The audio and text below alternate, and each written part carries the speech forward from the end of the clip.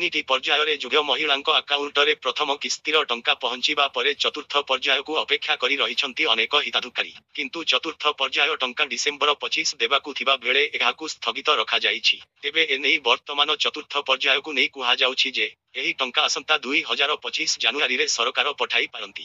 ରିଙ୍କୁ ଏହି ପର୍ଯ୍ୟାୟରେ ପ୍ରାୟ 20 ଲକ୍ଷରୁ ଅଧିକ ହିତାଧିକାରୀ ଏହି ଟଙ୍କା ପ୍ରଦାନ କରାଯିବ।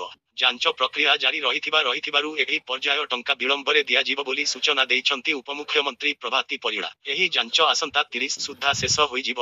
ଏହାପରେ ହିତାଧିକାରୀଙ୍କୁ ନୂଆବର୍ଷରେ ନୂଆ ଉପହାର ଦେଇପାରନ୍ତି। ସୁଭଦ୍ରା ଟଙ୍କା ପାଇବାରୁ ବଞ୍ଚିତ ରହିବା ଯୋଗ୍ୟ ହିତାଧିକାରୀ ସୁଭଦ୍ରା ପୋର୍ଟାଲରେ ଯାଇ ନିଜର ଅଭିଯୋଗ ଦାୟର କରିପାରିବେ। ଏହା ବ୍ୟତୀତ ଏହି ଯୋଜନା ପାଇଁ ବ୍ଲକରେ ତିଆରି ହୋଇଥିବା କମିଟି ନିକଟରେ ମଧ୍ୟ ଆପଣ ନିଜର ଅଭିଯୋଗ ଲେଖିପାରିବେ। ଏହାପରେ ଆରଆଇ ମାନେ ଗାଁକୁ ଯାଇ ତଦାରଖ କରିବା ପରେ ଦେଇଥିବା ରିପୋର୍ଟ ଅନୁସାରେ ଚତୁର୍ଥ ପର୍ଯ୍ୟାୟରେ ଏହି ହିତାଧିକାରୀମାନଙ୍କୁ ସାମିଲ କରାଯିବ ବୋଲି କହିଛନ୍ତି ଉପମୁଖ୍ୟମନ୍ତ୍ରୀ ପ୍ରଭାତୀ ପରିଡ଼ା। ଏଥିସହିତ ରିଜେକ୍ଟ ଲିଷ୍ଟ ଯାଞ୍ଚ ସମୟରେ ଆଧାର ଭେରିଫିକେସନ କରାଇ ସେ ହିତାଧିକାରୀମାନଙ୍କୁ ଅନୁରୋଧ କରିଛନ୍ତି।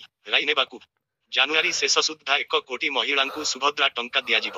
ମାର୍ଚ୍ଚରେ ଏକାସଙ୍ଗେ କୋଟିଏ ହିତାଧିକାରୀଙ୍କୁ ମିଳିବ ଦ୍ୱିତୀୟ କିସ୍ତି ଟଙ୍କା। ଏନେଇ ସୂଚନା ଦେଲେ ମୁଖ୍ୟମନ୍ତ୍ରୀ ମୋହନ ଚରଣ ମାଝୀ।